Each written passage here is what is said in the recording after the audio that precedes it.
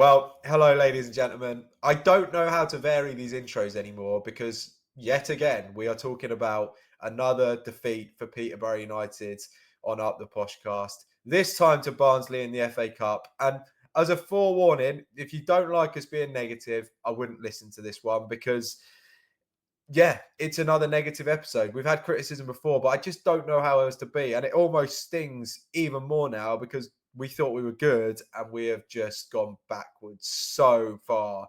And it almost feels like Darren Ferguson back in charge again. And we're just seeing the same old performances. On the episode, we talk all about the defeat to Barnsley. We raise some alarming stuff within the team that we've seen, whether that be fitness levels, lack of quality. Lodz isn't happy with Luke Williams' team selections. There's plenty going on. We also preview Reading. Yes, we've got another game on Tuesday night. It's going to be probably pretty painful again. So we hope you enjoy us losing our minds. There's two instances of one of us speaking and having to stop because we're getting too angry. So enjoy that if you can. Sit back, relax, and enjoy the episode of Up The Poshcast with myself, Lodz and Ashley.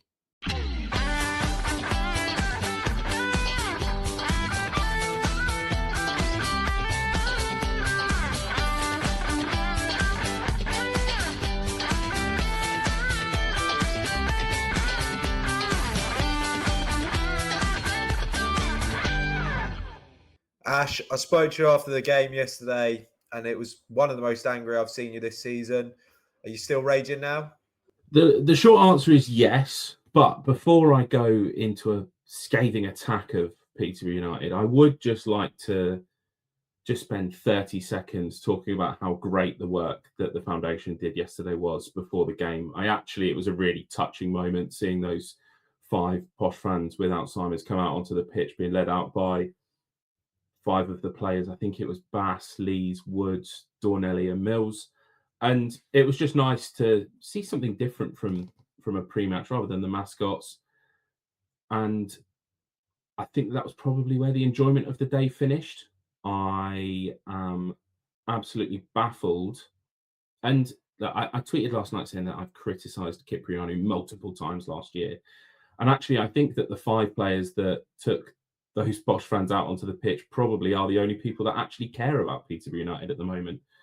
The way that some of the players on the pitch were moving around, it was almost as if they just don't have the passion for Posh. Like, we as fans, of course, have that passion, but I'm struggling to see how the bare minimums are not being met. Yesterday was so passive. We have 4 shots, 1 on target that was from 30 yards. It's incredibly disappointing that we just seem to be slipping into the same problems that we had last season. And we blame Stevenage for playing a low block. Well, Barnsley didn't play a low block. We were just crap yesterday. How long can this go on for? When are the players going to start showing the passion, the care that it deserves to play for Peterborough United? Because Barnsley were there to be beaten.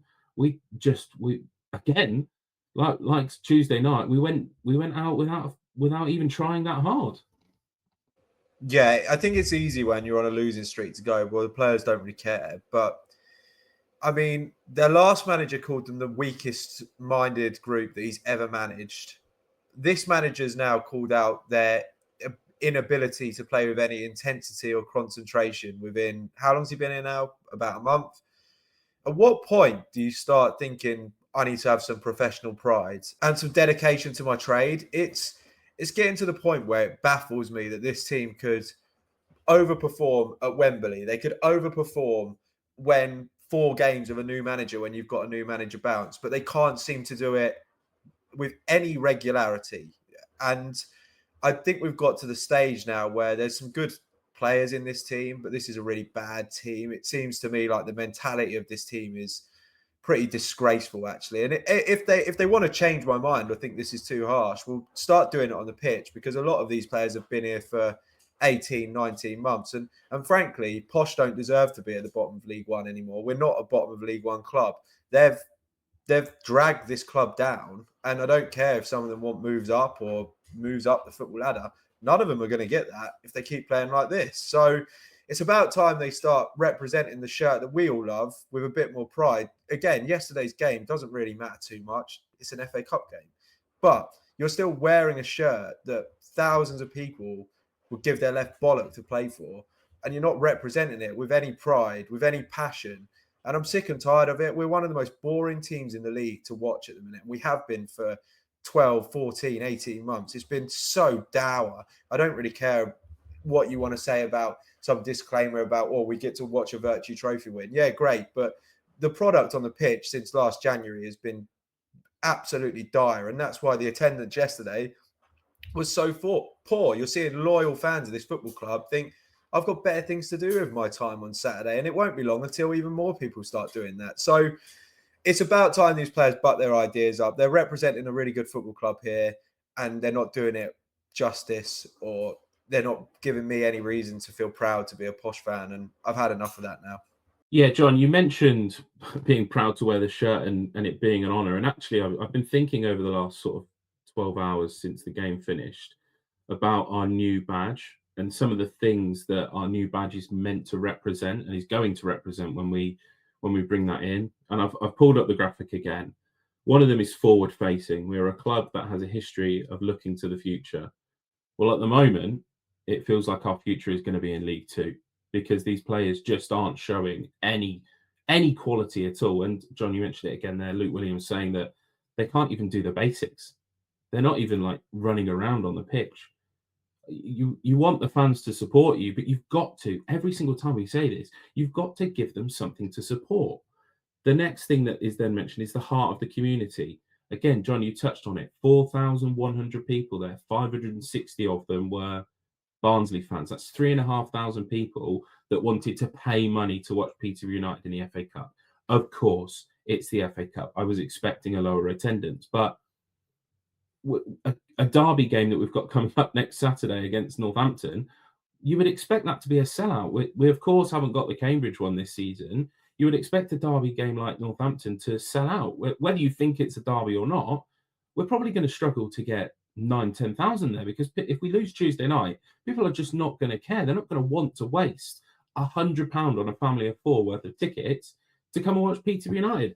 The community is disappearing. All of the hard work that we've had over the last 5 years since COVID of growing and growing and growing at the attendances, it's just going to disappear like that because the players on the pitch. Yes, I genuinely do not believe that A, they understand what position we're in at the moment, and B, that they care about the football shirt that they're playing for. I have no doubt that actually some of them are already thinking about where they're going to be off to next.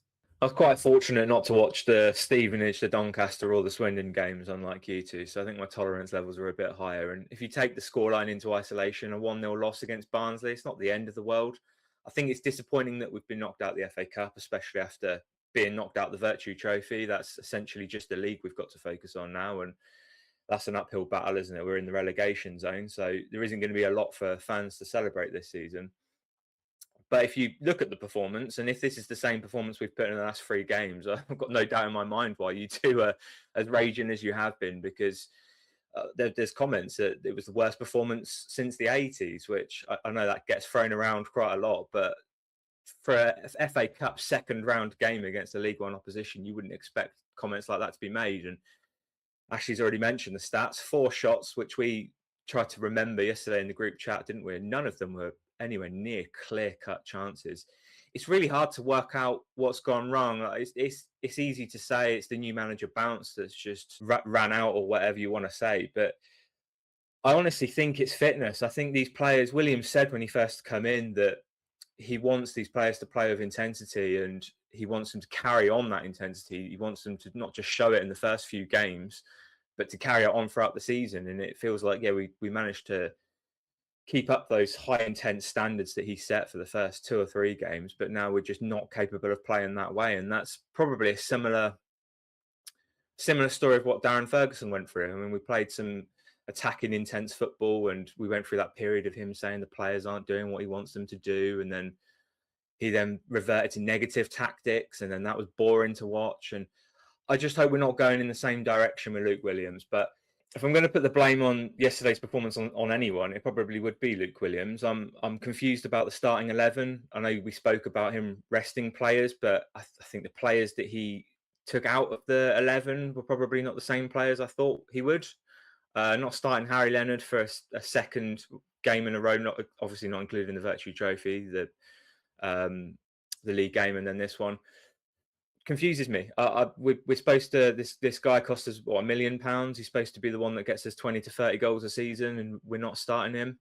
And I just wonder if he set up thinking that Barnsley were going to come at us from minute one, and we were going to counter attack them, when actually Barnsley were probably expecting us to attack them from minute one. And I mean, the first half was really boring from both sides, wasn't it? And that's probably a miscalculation from Luke Williams. And then when you talk about the quality off the bench, he hasn't really got the players to bring on to change the game in that sense. And you're basically just pissing in the wind from then onwards, aren't you? I think it's a bit harsh to blame the manager. I don't want these players getting off scot-free anymore. I think Williams obviously wanted to have a look at Gustav Lindgren. He hasn't seen him. The one thing I would say with that is if you've watched any video footage of Gustav Lindgren, you should know that he should never be starting a game for Peterborough United. It's as simple as that. He's not good enough. You don't need to see that on the pitch again. He's proven that over 11 months since he's been here. He's not good enough. But more alarmingly, again, going back to the players, I don't attribute the blame on Luke Williams much. I think some of his team selection was potentially a bit questionable, but there's more. I think there's more pressing issues. One of which is, as Ash touched on, the fitness of the players is just crazy. The fact that look, you're picking on players that are just coming into the team, but Donnelly getting cramp again after 60 minutes. He's going down, like stretching his calves, and you're like, what have you been doing in training? You're a 20-year-old lad that can't make it through 90 minutes of football. It's not the first time in his career that he's had that. It wasn't a particularly high-intensity game, and you're cramping.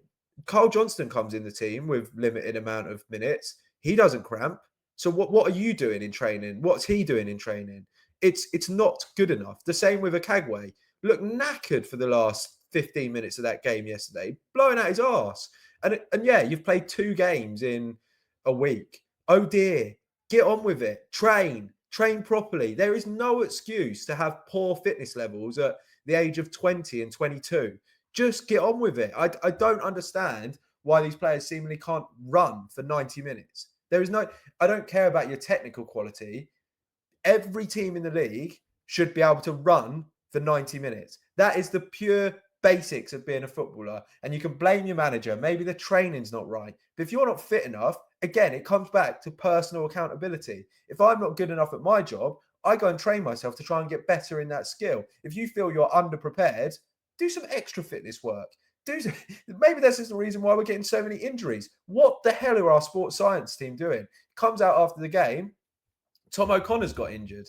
Is there any danger of this physio department keeping a Peterborough player fit for 3 weeks? They can't get Adebisi back for 1.5 years. Sam Hughes has redone his injury. Frith's been out for months. We've now got Tom O'Connor out. We've got Nevitt out. You name it, they're all getting injured. Hayes is another one on the sidelines. What is going on at Peterborough United that we have all these long-term injuries and they can't keep players fit? And on the pitch, they're not fit enough anyway. It's like we're the least fit team in the league because they can't play 3 games in a week when we've got one of the youngest, or we did have one of the youngest squads in the league. What's going on? Yeah, and it's mad when you think about probably our most fit player this season has been Tom Lees, the one that failed his medical and is like 36 years old. He's like the only one that's not given us any issues so far.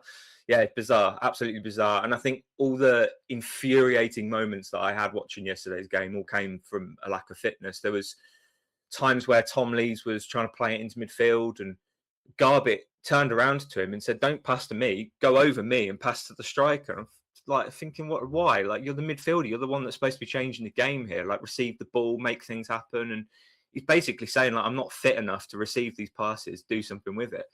And then the one moment that really got my back up was, I think we'd already conceded at this point and their goalkeeper had the ball. We'd made the subs. All 4 of our attacking players were substitutes. You had Harry Leonard, Jimmy J. Morgan, Abraham Odo, and Brandon Keller, because Lisby was actually sitting a bit deeper than Keller towards the end. And you're thinking, great, we're going to press them. We're going to really go for this goal. Their goalkeeper had the ball, and him and a couple of their defenders were just passing it in a triangle around Archie Collins, of all people. Like, why is Archie Collins pressing the goalkeeper? And you had Harry Leonard and Brandon Keller, to be fair to them, were trying to help out. But 3 against 3, it shouldn't be that easy to pass the ball around, considering 2 of them are fresh legs. And then you've got Abraham Odo, who's fast. You've got Jimmy J Morgan, who's fast. And they're all just waiting. Like, what are they waiting for? Are they waiting for the ball to, like, be misplaced into their path? Because it's just not going to happen. And just wasting so many minutes just watching them knock the ball around our supposedly fit players, not chasing the game at all. Yeah, do you know what? John, you mentioned it, sports science and whatnot, and I just go back to what Darragh said pre-season, that they were doing double sessions, triple sessions. It's the fittest we're going to be. What a load of horseshit. And people will say, oh, it's very easy to make this criticism when you're not sat in front of him. But we've made these comments before, and I just cannot comprehend how players that have done double sessions, like, these aren't the players that we brought in at the end of the window. These are the players that were with us for pre-season that were struggling with this. I do not get it. And Lodz, you talked about the press yesterday. We should absolutely talk about the goal, because we've done this like 5-man press, which was Keller, Odo, Leonard, Jimmy J Morgan and Lisby, I would assume it was. Barnsley had beaten that press with 2 passes. And the second pass wasn't even like, it was literally a flick around the corner. I've just gone back to see, I'm pretty sure it was Luca Connor, wasn't it, that made that pass around the corner, if he was on the pitch at the time. And then all of a sudden, we're literally like 5-on-5. Now, that 5-on-5 then very quickly becomes 5 Barnsley players on 3 Posh players, because Dornelli can't be bothered to run back. Akagwe can't be bothered to run back because he's apparently knackered. Mills tries to put in a block, but fails again for the second time in a week. Like, that seems to be a clear weakness of his, that he just can't get a tackle in when there's a stop across, essentially. And then all of a sudden, Tom Lees is trying to mark 2 men. Again, you talked about it. How is this, 34-year-old bloke the fittest player on the pitch? How embarrassing for these 20-year-olds that we've got on the field. I just cannot understand it. And then they've got a tap in the back of the net, because Tom Lees is trying to mark 2 men because the rest of his teammates don't have any care about what happens on the football pitch. And we're 1-0 down, and then from then it just never looked like we were going to get back in the game and score, because we hadn't done it for the previous 70 minutes. What were we going to do in the next 20? Yeah, another thing that was winding me up a little bit, and I don't want to dig these players out because it's probably a bit unfair to them individually, but the 2 fullbacks yesterday quite often were playing in front of the wingers when we were out of possession. And I just thought, like, we got away with it so many times. The ball could have just been played behind them and the winger would have been through. Like, I couldn't really get my head around it. And I sort of thought about it and thought, maybe it is a fitness thing. Maybe they don't trust themselves to be able to get up and down the wings the same way that Williams wants them to. And then I thought about the 2 goals that Kyoso let in at the back post against Doncaster, and how much he got slated for that, which was basically the same thing that what happened to Harley Mills. He was in front of the winger and the ball got played behind him. The winger crossed the ball in. It's just, obviously, it's you can see it less because it's not the direct goal scorer that's done it. I wonder if Williams has told the fullbacks to play higher up, so when we get the ball back, we can turn it over faster and they're available. And I just think we said about our concerns about him being able to coach a defensive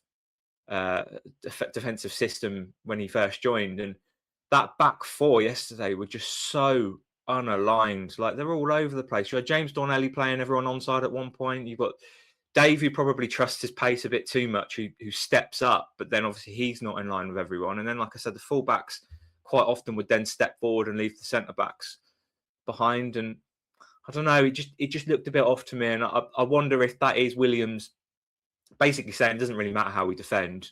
What really matters is how we attack. And I want my fullbacks ready to sprint up the pitch as soon as we win the ball back. And maybe that's playing in our fullbacks' mind, because it's not just Dornelli, it's not just Mills. Kyoso did it as well. That's 3 of our 4. Our only wing backs, because we've not got a left wing back cover. They've all been guilty of it. They can't all be guilty of the same thing due to their own individual decisions, can they? It must be a Williams thing or a fitness thing. I can't really get my head around it if not. Yeah, it's one of a number of issues which are a little baffling. Another one is, and I've been a firm, staunch supporter of Archie Collins, I think, throughout his entirety of his time at Posh, is worrying me. I have said before, when Williams started, I thought he was excellent. But of all the players that have gone from there to down here, he is one of the biggest examples of it. If he wants to keep putting in performances like this, see you later in January. You're not going to move upwards, mate, because no one's going to come and sign you because you're playing crap. He's playing crap, not really offering anything on the ball. Keeps giving the ball away in his own half, for one. Collins doesn't give the ball away in his own half, or at least hasn't throughout his career. All of a sudden, doesn't seem to do that. Doesn't press. I thought Woods completely outshadowed Collins yesterday. The ratings came out, and actually, I don't know if you guys agreed with that, given the ratings but I thought Woods was much better than Archie Collins yesterday. And the lethargy around his performances at the minute, I'm almost like, if you want to go in January, just go at this point. You've not dragged us out of any situation. We were poor last season. We're poor this season. You're supposedly one of our better players, and I believe you are. I've always supported Archie Collins, but it's got to the point now where I love this football club way more than I should, and so do you boys, and so do all of us on this pod, and so does everyone that's listening to this pod. We love this football club way more than we should, and I'm tired of seeing players represent this football club that don't love it as much as I do. I just don't want to watch them play for him. So I'm almost at the point now where I'm like, if you don't want to stay here, that's fine. You're within your rights not to, but I don't want to watch you anymore. I'd rather give it to somebody that does want to be here, that does want to play. I don't care if that's an under 18 at this point. And I know it sounds a bit desperate, but genuinely, that's how I feel. I'm tired of watching these boring performances by supposedly good players that want to move up the leagues and then just offering nothing. And I am just, it's so dull. Just give me somebody that wants to bust a gut for Peterborough United. I just don't see it enough. And Collins is one of the prime examples of that at the minute, and I'm getting really frustrated with him. I think one of Archie's problems is that he's not very well suited for Luke Williams football, which is a bit of a strange thing to say because you probably naturally think that he would be. But I just think it's too fast paced for him. I mean, all the good things that we've said about him in the past is setting the tempo and keeping possession and all the things that we did under Darren Ferguson, where we were playing the short balls back to defence and players would move around into spaces and he'd sort of be the centre of that, wouldn't he? Under Williams, jump in though, because you say that it's not suited to him, but when Williams first took over, we were all raving about Collins, saying that he was back to his best. You know, the first 3 or 4 games, Collins was an absolute orchestrator in that midfield. He was really good, and he's just regressed massively, like the rest of the team. I think it's a cop-out to say that he can't play Luke Williams football because there's no reason that he can't. What? You can't play passing and high-pressing football? Why can't you? I don't think Archie Collins has ever been a high presser himself, though, has he? Like, he's always sort of been the one that sweeps up, I guess, when it gets past that line of midfield. I think his first couple of games, it goes back to what I said before about the fitness levels. You've got to think, like, Archie Collins gets the ball, he wants to play the ball. And under Luke Williams, he's basically saying, I don't want you to play the ball backwards and sideways anymore. I want you to play it forwards. And those first couple of games, he's probably got a lot of teammates that want to show how fit they are, want to show how good they are, that are busting their runs forward. And it's probably easier for a player like Archie Collins to turn and find a pass like that. But now those players aren't running about around him. What's he got to do? He's got to hold on to the ball for 20 seconds. And Williams won't want that either. He wants the ball to be recycled. And you kind of, the players are used to just giving it to Archie and it's okay, we can calm down now. But you can't calm down under Luke Williams. That's half the problem, is that you don't get rest. It's like what I was saying about Garbett asking for the ball to go over his head to the striker.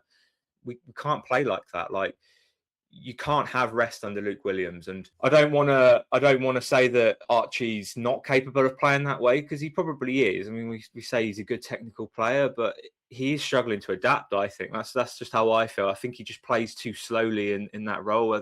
You see the thing when he gets the ball and he puts his hand out as if to say like, "Oh, everyone, calm down. Like, move into this position." And you just can't play like that under Williams. You just need to get the ball and just basically give it to the next player, and the next player needs to be ready for it. And I think that's the issue we've got, is that the next player is never ready anymore. Yeah, do you know what, that does link quite well into decision making for me, and the one man that I think has not quite got his decision making right is Declan Frith. We saw it in parts on Tuesday night against Swindon, and I'm pretty sure we saw it twice yesterday. He's managed to worm his way to essentially the 6-yard box on the first occasion, and then rather than cut it back to 2 or 3 men I think we had that were available, he's decided to take a shot. Pretty sure it went wide as well, so again, not a shot on target. And then he's then done the same thing. He's managed to get himself into a position, should have taken the shot, and then has decided to pass it, and it's been cleared very easily. You can see that Frith is going to be the man that excites us this season. I just hope that over the next couple of weeks that he manages to figure out what his final ball is, or his decision making. I would imagine that actually he's probably struggling with the fact that he's playing on the left wing rather than the right wing. A lot of the work that he looked like he was doing yesterday, he wanted to cut in, but he probably wants to cut in onto his left foot to then take that Poku-esque shot, I would say, across the goal and across the goalie and hopefully find the back of the net. He can't do that on his right foot, I would say. So it wasn't a terrible performance for Frith, but it's frustrating that we've now seen 2 games in a row that he's not made the right decisions in a game, and it's costing us goals, I would say, at the moment. Yeah, to me, it sounded like Declan Frith was going to be the saviour of our season. If you listen to what Darragh was saying about him, don't look like it to me. Yeah, he's all right 1v1, and I like the fact that he tries things, but he tries too much, holds on to the ball too long, and when he does get into the positions, there's no end product on the end of it. He's making the wrong decision or giving the ball away, or his crossing's not good enough. Nice, you can beat one man, but if there's nothing on the end of it, you're not going to change anything. And at the minute, I haven't seen anything to me that suggests that he's going to be a goal scorer or anything like that. And again, maybe it's a harsh analysis because he's been out for I don't know how long. But given that this guy was talked about as, yeah, we've got Frith coming back, we're going to be brilliant when Frith comes back. Is he going to change anything if he keeps performing at this level? I don't think so. He's fine. Like, we need a 1v1 dribbler. I think he's probably the best winger in the squad at the minute. But he's not great. There's nothing that I'm watching that makes me think, God, we found a gem here. And maybe I'll be proven wrong in the next 6 weeks. But I've seen him against Swindon Town and I've seen him against Barnsley, 2 teams that aren't particularly great defensively. And they've dealt with him pretty easily. And if we're pinning our hopes on him, we're in trouble. I'm actually going to hedge my bets here quite early on. I think Declan Frith will be a great player for us. I'm thinking back to the wingers we've had in the past, Mason Clark, Dembele. Neither of them had perfect end products. They'd quite often make stupid decisions when they got in front of the goal. They'd pass and they'd shoot at the wrong moments, or they'd take the wrong shot. But both of them were quite poor when they first started out at Posh. It took them a good while to get going, and I think Declan Frith will be the same.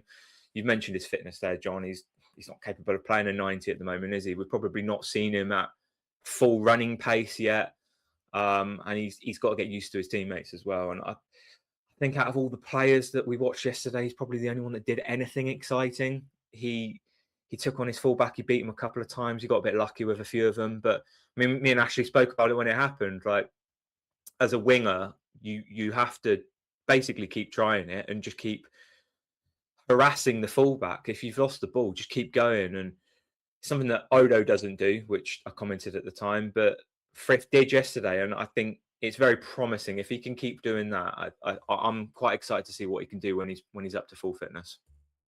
The problem is, Lodz, we don't have time for him to get up to full fitness. He needs to impact the games now. And yeah, like I say, there's enough in there that you think 6 months down the line, he might be a good player. 6 months down the line, we could be in League Two.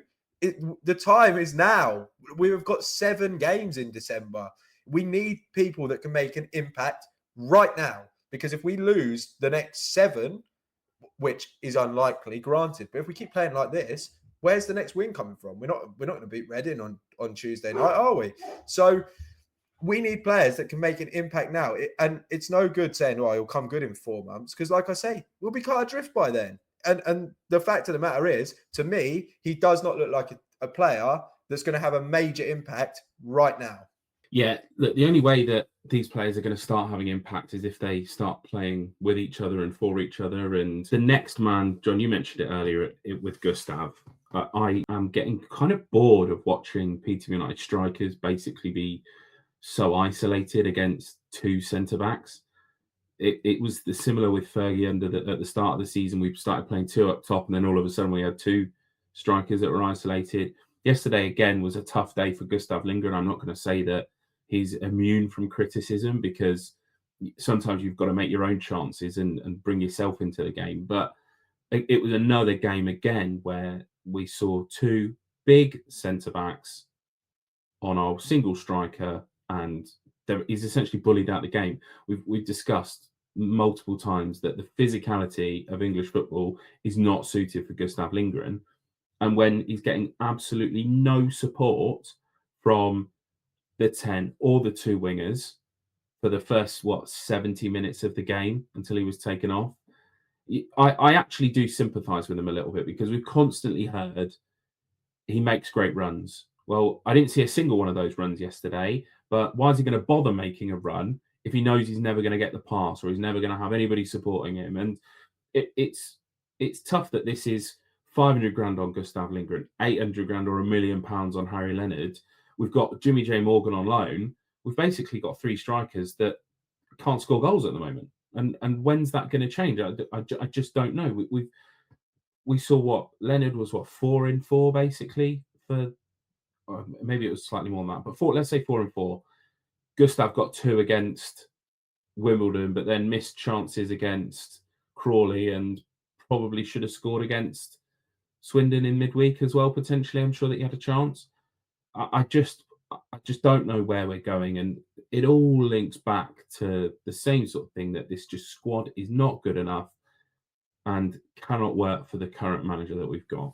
Yeah, this sort of goes back to what I was saying earlier about how Williams starts and ends the games. If you think about the first couple of games where we played really well in, we got the early goal, didn't we? And then we just sort of dominated from that point onwards. And then all of these other performances, we've not conceded early on, but we've just never been in the game. And makes you wonder sort of how important that first goal is. And that's, I guess, why I'm so confused why he would start Gustav. And we talk about the 2 goals he got against Wimbledon and this resurgence that Gustav Lindgren's going to have now that Williams is in, and he's going to get the best out of him. When you come in on the pitch, I think we were 3-0 up against Wimbledon, weren't we? And they were already playing a high line. And that's when the runs from Gustav are good, because he's running at tired legs. He's running into space that they've opened up because they're trying to get a goal. And his 2 goals came because of that, didn't they? Let's be honest. He's not going to get goals against massive Barnsley centre-backs from the first minute when they're not even attacking us. Like I said earlier, I don't know if Williams was expecting Barnsley to come at us and then us to be able to counter, and that's why he's put Lindgren up front from minute 1, because he wants the space to open up and Lindgren to run into it. But the game just didn't go like that. Barnsley didn't come at us, and all of a sudden, what are you asking Lindgren to do? There's no space for him to run into. You've got no one that can find him anyway. He's not going to hold the ball up, is he? So what else is he good at? I don't actually remember him touching the ball once. And like Ashley said, it's probably unfair to dig him out. I just think that situation wasn't well suited for him. And yeah, you can make the argument that the amount of money we paid for him, and the fact that at one point it looked like he was going to be our starting number 9. He was supposed to replace Ricky, wasn't he? We know we haven't got our money's worth out of him, but to throw him in situations like that when we've got Harry Leonard and Jimmy J Morgan on the bench, it was just baffling to me. Yeah, Ricky, who just scored a goal in the Bundesliga, and that was our replacement. Again, just terrible recruitment. Absolutely terrible recruitment. I've mentioned Archie Collins, and I've been quite critical of him. A player that I like. Another player that I like is Matty Garbutt. I really like the guy, but he has regressed to so badly in his Posh career. When he first came in, it looked like he wanted to do everything, get on the ball. He looked brilliant. And we were all kind of going, well, he looks miles better than everyone that he's playing with. He doesn't anymore. He looks at the same level as everybody else in the team, if I'm being perfectly honest. I don't understand what's happened to him, that it feels like he's just taking the foot off the gas. It's like, well, I've impressed. I'm good. I've proven I'm good. I don't need to do it anymore. He's not performing under Williams. And until he performs, if we're look, you can kind of, we talked about Lindgren there. He's just not a good enough player. We talk about Oddo. He's just not a good enough player. But if our good players, like Collins, like Garbutt, are also playing terribly, where do we go from here? Because there's not enough quality in the squad to drag. If the good players aren't playing well, there's not enough quality in this squad to drag them forward as a team anyway. These are the players we need to stand up and be counted for at the minute. And at the minute, Matty Garbutt is not doing it. He just looks another poor League One player, which I don't believe he is. I really like the guy, but change my mind. Do something on the pitch. You're playing against poor teams here. It's not Barnsley's strongest lineup. You want to go to the World Cup. You want to play against Egypt and Belgium in the summer. They're a lot better than Barnsley and Swindon. So you better start doing some stuff on the pitch that makes the New Zealand manager want to pick you. It's just so frustrating. I'm so frustrated. I'm going to lose my head again. I need to stop talking. I'll pick up, because you've hit the nail on the head, haven't you? Is that our good players, our potential to be great players at the moment, are playing like poor players and are being either dragged down by the rest of the squad, or they have given up before they've even had a chance of it. And you sort of hit the nail on the head there, John, by referencing back to last season. Is that last season you had somebody like Kwame Poku that could make something out of nothing, or Ricky J. Jones. And I don't expect any of this current squad to replicate what Ricky could do with his running and his pressing, but it gets us up the pitch. It gets people off their seats. It gets the crowd excited to watch playing football. Malik Mothersill, for example, could go on a run with the ball with the ball at his feet and carry you up 30 yards up the pitch very quickly. At the moment, I don't see any player that can do that. Garbutt could have done that. He did that. That was one of the things that we saw, is that he was so happy to take the ball on the halfway line or even on the edge of his own box and carry it forwards 30 yards before then making a pass. We are just not seeing that from these players at the moment. And it's such an easy comment to make when we're not very good, but you can see why no Championship club went for Matty Garbutt. You can see why he was a free agent, because he's showing all of the things, that the inconsistencies that you would expect from a League One footballer. And that is the issue, is that it just doesn't feel like, other than for what I would say maybe 2 games, I'm not sure I want to include Cardiff or Crawley in Luke Williams' 2 wins, where the players have actually been good. Other than the Stockport win and the Wimbledon win, the players just aren't clicking together and they're not working. And it all, time and time again, it all goes back to the same thing. Where have we recruited these players from? Are they good enough? Because at the moment, they just simply are not showing it. I'm a bit conscious for time. I know we have to preview the Reading game as well. I just want to talk about a couple of other players we haven't mentioned yet. Alex Bass, he didn't really have a lot to do. He made the simple saves he needed to do. But, I mean, we've mentioned it before, his kicking's a bit of a concern. It felt like he was rushing a lot of his decisions when he had the ball. And there was a period last season when Bilo came in and he was doing the quick distribution and everyone was praising him for it and saying that even Jed Steer could learn something from Bila Kapic's distribution. And I wonder if maybe we're going through the same thing with Alex Bass, where we're basically saying every time you get the ball, quickly distribute it. And maybe that's impacting his decision-making, because there was one in particular yesterday. He had the goal kick and he rolled it out. Normally you place it on the edge of the 6-yard box, don't you? You take a big long run up if you're doing a big kick. He rolled it out as if he was going to play it quick, but then he just booted it like 70 yards up the pitch, and there was literally not a single person anywhere near the ball. And we're like, what? Like, he rolled it out like with such confidence, like as if he'd just seen Gustav like running 20 yards into the different direction. But there was literally like all the players are sort of looking around like, well, who was that meant for? So there are little bits that concern me with Alex Bass, and he got the sponsors man of the match, which we were a bit confused about. But we haven't actually mentioned our man of the match yet. And I think I'm going to hand over to John for that one. John, do you want to tell our listeners who our man of the match ended up being? Yeah, I mean, I was fiercely against it, but for some reason, Lodz and Ash gave it to Abraham Oddo, and I will not be commenting any further. Thank you. I will, because yes, Abraham Oddo has been out for some serious criticism, but actually I don't think his man of the match yesterday was a result of him playing overly well. I think it's a snapshot of 23 minutes of Abraham Oddo where he didn't do anything wrong, did he? And I think that that's the important point to sort of factor in here, is that he ran it to his left back, the left back that he was attacking. He made a couple of passes. He dropped his shoulder and beat his man quite easily as well. So maybe this is very much like where I sit in the main stand, Abraham Oddo comes in the right wing, and you sat there right in front of him. So if he was bad, we would have had front row seats for it, essentially. I don't think that he was bad, and actually it's just a reflection on how poor the rest of the team was that Abraham Oddo came on and actually I thought was relatively impressive. But, you know, it just shows how far Peterborough United have fallen, that essentially somebody could put in the worst performance that we've ever seen from a Posh player on Tuesday night for 89 minutes, was it? He then gets 23 minutes, and all that he has to not do is do nothing wrong, and he then gets rated as the highest rated player that we saw on the pitch that day. And I think that it was like 6.17. The next closest two were Bass and Woods at 5.83. It's just a torrid time to be a Peterborough United fan, and we've said it time and time again. I don't want to be negative.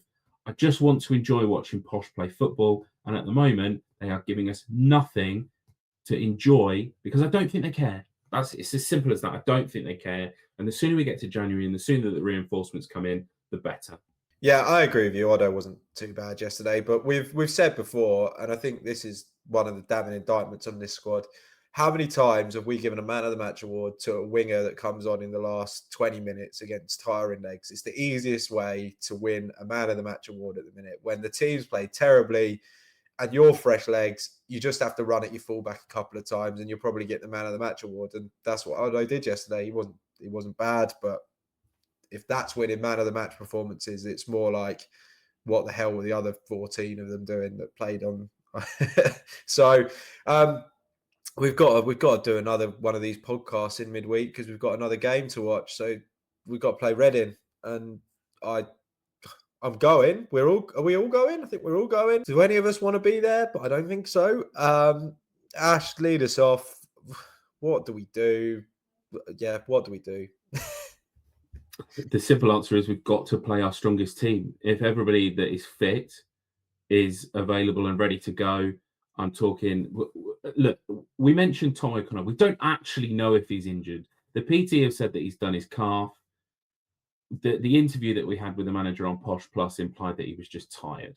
So if Tom O'Connor's fit, Tom O'Connor plays. It's as simple as that. Two Toms at the back. Harley Mills is going to have to play. I actually don't know who our strongest right back is. I genuinely don't. I don't know what the best answer to that is. Hopefully one of you two can give me an answer to that. I don't want to see Archie Collins play. I actually think that Garbutt and Woods as the two centre midfielders is the solution. Then you have to play Lisby and Frith. You put Jimmy J. Morgan in the 10 and you play Leonard up top. That's as simple as it can get. And I want them to go out and I want them to enjoy playing on a big pitch. Reading is a big pitch. I want them to enjoy passing the ball around. I want to enjoy them moving the ball around it. And now that I've said that, I'm even more concerned because Williams has already dug them out saying that they've not got the legs in them. How are they've not got the legs on Peterborough United's small pitch? How the hell are they going to do it on a massive pitch like Reading have got? Now I'm concerned. Now I'm pissed off. You look, John, I've taken over from John earlier. Somebody else is going to have to take over me because I've just annoyed myself just talking about the Reading game. Yeah, I'll go.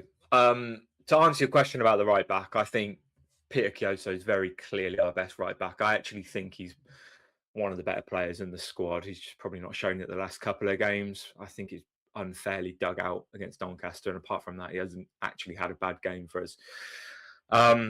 The rest of the 11, I actually agree. I would quite like to see what we look like without Archie Collins in, and I'm a big fan of Jimmy J. Morgan and Harry Leonard up top. I think Jimmy J's had a little bit of a rest now, hasn't he? And he's the one that was sort of given that energy in the final third when we were looking good. So hopefully he can replicate that. You've mentioned the big pitch there at Red and Ashley, and seems like every time we play at the select car leasing Majewski Stadium, there seems to be a lot of goals. And I think Reading play a similar way to how we want to play, quite fast and energetic and sort of patient, but then as soon as the space opens up, they'll harm you. And if you go by our form, I'd be worried because we could be on for a drubbing. But I think if we put our strongest 11 out and some of these players that we've mentioned have got a nice rest and can do 90 minutes, then we could give them a good game. It could be a very high scoring game, but we are literally relying on fitness levels, which, going by yesterday's performance, is just not going to be there. Well, we're all in agreement over the starting lineup, I think, because I'd have Kiosa at right back, and then Ash's team works for me. But I don't see. It's weird because we talked about this game after we'd won 2 in a row, and we kind of said, yeah, it looks winnable. Reading haven't been anything spectacular this season, but now it feels like they're a team that are probably slightly below where they should be in the table, and it feels like they're in better form than probably their league position suggests. I would say that they've got some decent players. Like Charlie Savage was a very good player last season at their place. And what does Charlie Savage do? Well, he runs around a lot. What do our midfielders do? Not very much at the minute, apart from pass sideways and backwards. So, like you say, Ash, I now look at it, and if we keep playing like this, there is no hope. We can barely muster a shot, let alone a goal. They're a good team. It's a big pitch, like you said. They're just going to exploit us, pull us apart. If we play to our best, I still think we have a half decent starting lineup. I don't think there's much depth in the squad, but the players that you named in that lineup, Ash, I don't think on paper belong in 21st position in League One. I genuinely think they've got more quality than that. But whether they show it or not, you'd have to err on the side of they're not going to show it, because why would they? They haven't for 18 months. There's no good us coming on this pod and ranting and thinking, oh, they'll be much better on Tuesday night. They don't want to play. They don't seem to have. There's no trigger that makes them go forward unless you stick them in front of Wembley or sack the manager, by the looks of things. I think I'm right in saying this. We know that McAntony's back in the UK now, and he's planning on sitting down with Luke Williams to assess the squad. I imagine this will be the last game before that meeting, won't it? So Williams has probably made his mind up with a lot of the players, but if he is unsure about any of them, this will be literally the last test. And if we don't put in a good performance, there could be players that are currently in Williams's plans that will then no longer be in his plans.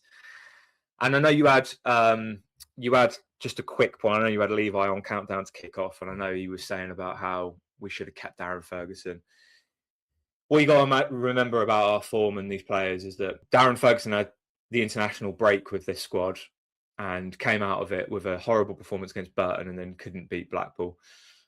We're essentially at our worst. This is Luke Williams still assessing the squad, isn't it? He's still learning the players, still trying to get the best out of them. And things probably are about the same as what they were towards the end of Ferguson's reign. So if you think about it from that point of view, that was the best it's going to get under Fergie, and this is the worst it's going to be under Williams. This meeting that he has with Darragh is going to be really important. I've been vocal on Twitter about, I think we only need 2 windows basically to get a promotion win inside, but these 2 windows need to be spot on for that to happen. And this meeting is basically going to be half of that, isn't it? It's going to be get us into a position this season to give us a good start into next season.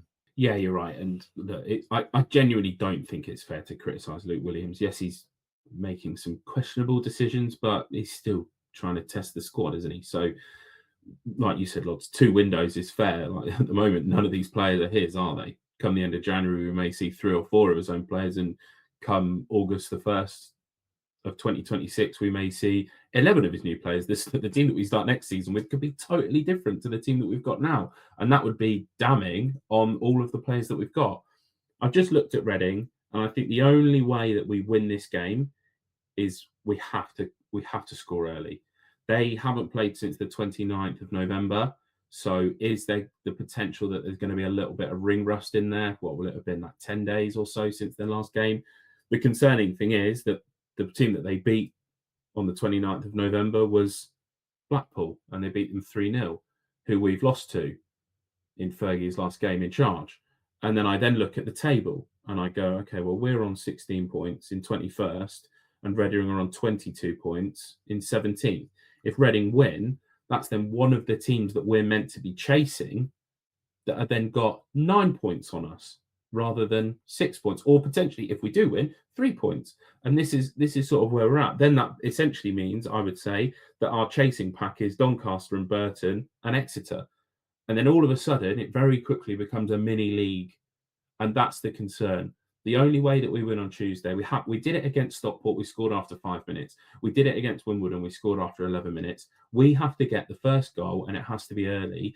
And we've talked about how boring it is watching Posh and how boring it's been in the last 3 or 4 games. They've got to be exciting, even if that means that they make mistakes and it's on the edge of your seat sort of football. They've got to be exciting. They've got to get the crowd. There's probably going to be 400 people there, I would imagine. Make it noisy as noisy as we can, but they've got to give us something to justify and warrant that support. I think it's worth noting just quickly. I've just had a look at the stats. Reading over the last 5 games, 3rd best team in the league, unbeaten, 11 points from their last 5 games. Over the last 10 games, they're the 6th best team in the league with 17 points from 10 games. The chances of us winning are not high, I would say. Yeah, I think you're right. And it's going to be another night, isn't it? It's going to be another night where we look destined for relegation. And we said that, every game in December felt winnable. How quickly has that turned around? Like, all of a sudden, it's like we go into Northampton. Northampton are going to dick us on our own grass again. Then it's Port Vale away, who have beaten Barnsley 5-0 midweek. Like that they're no slouches, are they? Then you're talking Orient, then Reading again, and then all of a sudden we're into the new year. And so I don't want to be negative, but I think you're right, John. I can't see us winning on Tuesday night. And how's that going to go down with the travelling fans? I do not know. I think the thing that stings the most as well is that we honestly thought we were back on the up again. We spoke about in here that we were looking at top 6 not long ago. We do not want to be this negative, but when it just regresses to this level of football, I don't know how else we're meant to be. There's just nothing to get behind at the minute. So it's really difficult. Let's do some predictions then. I'm not predicting them to be particularly positive, but Ash, you can start us off. Yeah, I'm going to predict that we're going to lose 3-0. I just don't have any confidence. I've talked myself into the negativity. I tried to be positive at the start, and then I reminded myself that we can't do it on a small pitch. So we're not going to be able to do it on a big pitch. So yeah, I'm going to go Posh to lose 3-0, and I won't be changing that before the deadline at 5:40. Oh no, it'll be a 6 o'clock deadline because it's an 8 o'clock kickoff, isn't it? On Tuesday night. Yeah, rubbish. Even later night for us all. 2-0 for me, 2-0 Reading. There's just nothing that makes me think we're going to score a goal, and there's not really much that makes me think we're going to keep a clean sheet. 2-0 might be even generous. It could be worse than that. That's my fear. I probably will change my mind. I really have no idea. I think it could go anyway. I'm going to say 2-2 initially. I'm going to stay positive. I don't think we can keep losing games. At some point we need to get a result, and it might just be a desperate draw away from home on a Tuesday night that sort of turns our form around. I do think there'll be goals, so if I do change it, it'll probably be a high-scoring Reading wing. But for now, I'm going to stay positive and say we'll scrape a draw. Well, there is another game on Tuesday night that we should mention. The under-18s are travelling up to Old Trafford to play Manchester United. Bit of a shame it's on the same night as the first team, although I totally understand the reasons behind it. It's a great opportunity for our youngsters to go and play at a ground where I had the happiest day of my life as a Peterborough United fan, the playoff final. Any thoughts on that one, lads? Yeah, do you know what? I'm going to be quietly confident for the under-18s.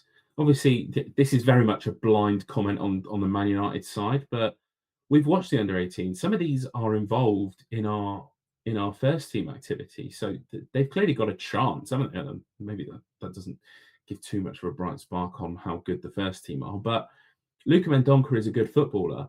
Bolo is going to trouble any footballer that he comes up against. And yes, he's going to struggle with the strength side in first team football, but he is so much stronger than any player at that age. And then he's got the pace on top of it. I think about Eddie Fox in midfield. He's put in some great performances as well. Even somebody like Arba, I can't remember. It's Mark Arba's son. I can't remember what his first name is. Ollie Arba, yeah. Even I think he's only 16, but he is so tall and dominant in the air. And then the goalkeeper is a imposing presence. He's not the tallest, and then that's your core. How many times do we talk about it? That's your core through the middle of the pitch. You've then got the flair of the wingers who are exciting footballers.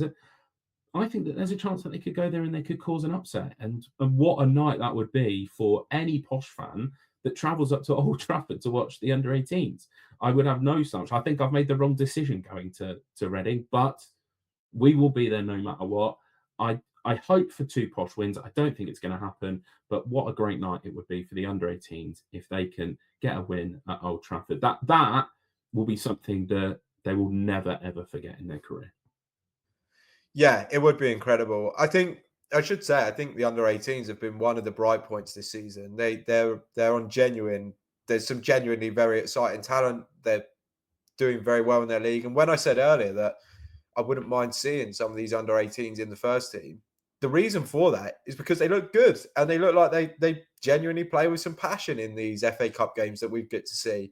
And someone like Patrick Sykert, for instance, looks a really good technical footballer. And obviously, Bolo is the one that gets most of the attention. My one concern is Mendonca. Not that I'm concerned about his ability. There is a chance that he's with the first team, I think, if Tom O'Connor is injured. And I'm almost of the opinion that I would rather him play for the under-18s and get that opportunity to play for them. But we have such limited centre-back options. And if Tom O'Connor isn't fit, I don't think there's anyone else that we could use on the bench. It's Lees and Akagwe. So you're relying on Kyle Johnston or James Dornelli to play as a third centre-back if one of them gets injured, which, as we've commented on before, Akagwe looked pretty tired at the weekend and Lees is 34 and having to play quite a lot of football. So there has to be some concern around it. So I really hope Mendonca does get the chance to go up to Old Trafford and play there. And it's not through our own lack of ability to keep players fit that costs him that opportunity, because I think it's a brilliant chance for these young kids to go up and play at probably the most iconic stadium in British football. Yeah, I'm quite interested to know how many people are going to go to Old Trafford and support the under-18s. Obviously, Posh are playing themselves, so a lot of fans will be torn between the two. I know Charlie's going to Old Trafford. I know a couple of other of our mates are going as well. Maybe Charlie will write an article about his experience of watching the under-18s. I know he did last time, didn't he, when he watched the under-18s. Us three will go into Reading, however. We will be recording another final whistle in Ashley's car, myself and Ashley, on the way home, which will hopefully be out Wednesday morning. I think we're going to have to edit it in his car for this to go out Wednesday morning. But yeah, fingers crossed, no problems. Yeah, fingers crossed indeed. Right, I think we're at the end of the episode. Please do subscribe if you enjoyed it. We are over the 1.5k subscribers now. 2k is the next milestone. As ever, head to UpThePoshcast.com to buy yourself a pin badge if you fancy. You can make donations on there. There's loads of articles on there too if you just want to have a read, and loads more good stuff, including the Next Level Barbell Club Prediction League, which you can enter for December. Not many people have got many points yet. So if you aren't in that league, do get involved. Stop Lodz winning it. In fact, the Up The Poshcast hosts had an unbelievable turnout in November. I think 4 of the top 5 were Up The Poshcast hosts. So pretty impressive stuff there. We really do know our stuff on this podcast. Anyway, I won't ramble any further. See you all at Reading. Let's hope it's not another defeat. Up The Poshcast. Up The Poshcast. Up The Poshcast.